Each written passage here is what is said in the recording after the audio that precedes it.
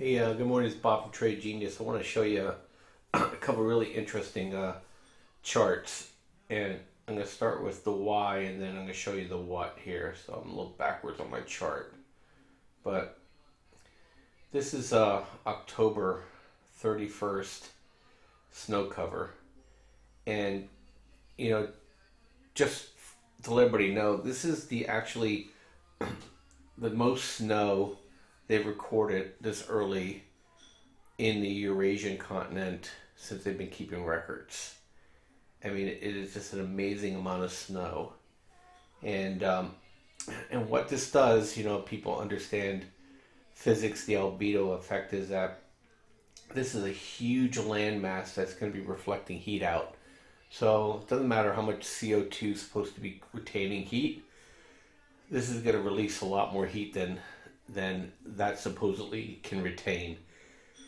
And then look at the second largest landmass in the world. Canada is also under ice, and Greenland is under ice. And so this is a lot of reflection out into the atmosphere of North American heat. And so what's going to happen here is that as we go into the winter, the storm fronts move from west to east. And if you look here, all this jet stream action is just going to be pushing all this cold air across. And this is the jet that the Weather Channel is expecting for the winter. And anything that's north of this jet is going to be extremely cold. And that's been the thought for a while with the weather forecasters. And what is interesting to me, as a trader, is that how can I profit from this? And there's going to be two areas that we're going to be able to profit from this. Is going into winter. This area here is going to need a lot. I mean, a lot of natural gas, and this dip in the jet all the way through the Northeast. Okay, so it's going to be extremely cold here for a long period of time. So I'm a big fan of natural gas, and I've been trying to buy it on every dip here, and it's going to have a big move. There's just no doubt about it. And then the second area here is that this Canada, big grain belt, upper Midwest, big grain belt, Northeast China, big grain belt. And all this area is going to get a lot of snow and a lot of cold, and they're going to have long winters, and it's going to affect the yields. 20% of Canada's crop got lost in this snow, and they were having a bumper year and an El Nino year.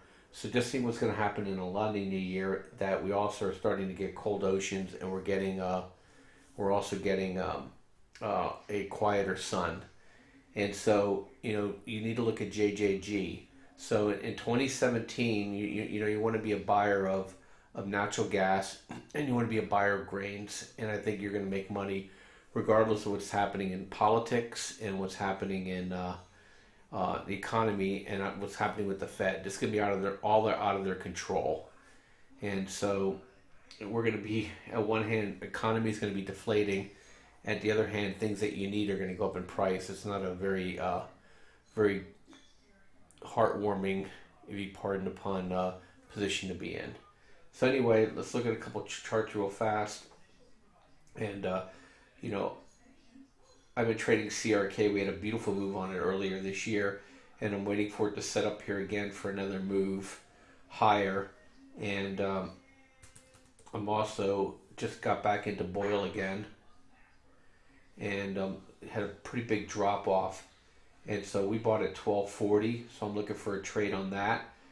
My stop's at around 11, and so if we get stopped out, I'll obviously be buying back in as soon as this thing turns back up again.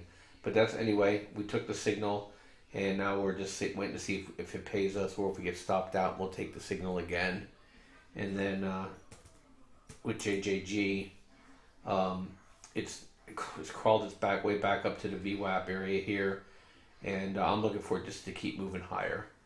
So I have both positions, and I have no intention of walking away from them. I'll be in and out of them if I have to. JJG, I'm adding and subtracting. Boyle, I been adding and subtracting, but I got out completely on the last stop loss, and because it was just the losses was just looking to be too steep if I was going to just try to hang on. So I just bailed out and let it keep falling. And so, but anyway, they're going to be part of my core for all of 2017. So these are two that you can probably hang your hat on, and because of secular events are in motion. Anyway, it's Bob from Trade Genius. I'll catch up with you guys later with some more information. Bye.